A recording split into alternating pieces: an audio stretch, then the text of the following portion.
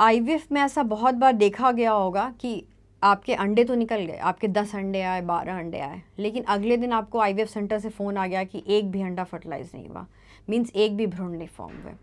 अब ऐसे केस में पेशेंट को बहुत स्ट्रेस होता है कि ऐसी क्या गड़बड़ी हो गई कि एक भी अंडे नहीं फर्टिलाइज हुए, मीन्स एक भी भ्रूण नहीं बने। इसके बहुत सारे कारण हो सकते हैं। पहला कारण ये हो सकता है कि जो अंडे थे या जो स्पर्म था उसकी क्वालिटी उतनी अच्छी नहीं थी। स्पर्म और एग की जो क्वालिटी होती है, मींस क्वालिटी का मतलब ये नहीं है जो हम टेस्ट करते हैं एएमएच या सीमेन एनालिसिस, उसका मतलब ये होता है कि स्पर्म और एग में फर्टिलाइजेशन की क्षमता नहीं है।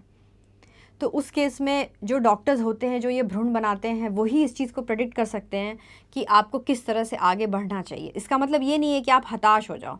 आजकल साइंस इतनी एडवांस हो चुकी है कि हर चीज़ का एक ऑप्शन है। तो आपको अपने डॉक्टर से उस वक्त डिस्कस करना चाहिए कि प्रॉब्लम क्या थी। आपको उस चीज़ से हार नहीं माननी चाहिए या आपको उस चीज़ से गुस्सा नहीं होना चाहिए, बिकॉज़ वो एक नॉर्मल चीज़ है, ऐसा हो सकता है। अगर डॉक्टर आपसे इस बात को सच बोल रहा है तो आपको इस चीज़ को अप्रिशिएट करनी चाहिए और एज एडल्ट मैच्योर पीपल ये साथ बैठ के एक डिसीजन लेना चाहिए कि नेक्स्ट टाइम हमें किस तरह से आगे बढ़ना है। दूसरी चीज़ कभी कभी ये भी हो सकती है कि जिस तरह के एटमॉस्फेयर में वो बने वो सही नहीं था, तब भी एक फर्टिलाइज नहीं होते हैं। पर इसकी चांसेस बहुत कम होते हैं बिकॉज यूजुअली जो सेंटर्स होते हैं वो इसका प्रॉपर प्रिकॉशन लेते हैं कि जहाँ भी ये एम्ब्रियोज फर्टिलाइज हो रहे हैं, बन रहे हैं, वो सही तरह के एटमॉस्फेयर में बनाए जा रहे हैं। तो बेसिकली ये प्रॉब्लम जो गैमेट्स होते हैं उन्हीं के साथ होती है, इसीलिए एग्स फर्टिलाइज नहीं होते हैं प्रॉपरली। यूजुअली जो टेक्निकल चीज़ें होती हैं वो बहुत ही कम होती हैं, बहुत ही रेयर देखी गई हैं, क्योंकि जब एक पेशेंट आईवीएफ सेंटर सेलेक्ट करता है तो वो सारा कुछ सोच समझ कर ही सेलेक्ट करता है, इसीलिए उस चीज़ में चांसेस होने के, उसमें चीज़ में प्रॉब्लम होने के चांसेस बहुत कम होते हैं।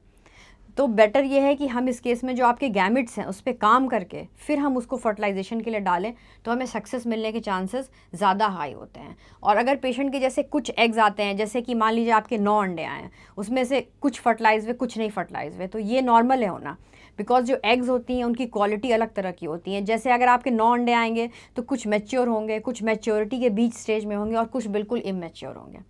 उसमें से कुछ चीज़ें अभी ऑलरेडी आईवीएफ में रिसर्च पे चल रही है जिसको हम आईवीएम बोलते हैं। इसका मतलब इन विट्रो मैच्योरेशन होता है, मींस जो आपके इमैच्योर अंडे आते हैं उसको भी लैब में मैच्योर करने की कोशिश की जाती है, पर वो सब चीज़ें अभी रिसर्च प्रोसेस में हुई हैं। इसकी एज सच अभी तक कोई फॉर्मल अभी ऐसी स्टडीज़ नहीं आई हैं कि आईवीएम करना हम लोग रोज़ शुरू कर सकें as a routine process in the lab.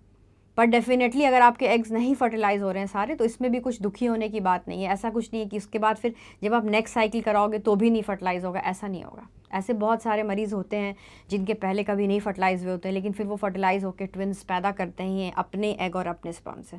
तो आपको इस तरह से पॉजिटिव रहना बहुत ज़रूरी है और अपने ऊपर वर्क करना बहुत ज़रूरी है। As a team, means doctor और पेशेंट मिल करके एज अ टीम काम करें तो हमें रिजल्ट्स ज़रूर मिलते हैं। हम रखें आपका ख्याल।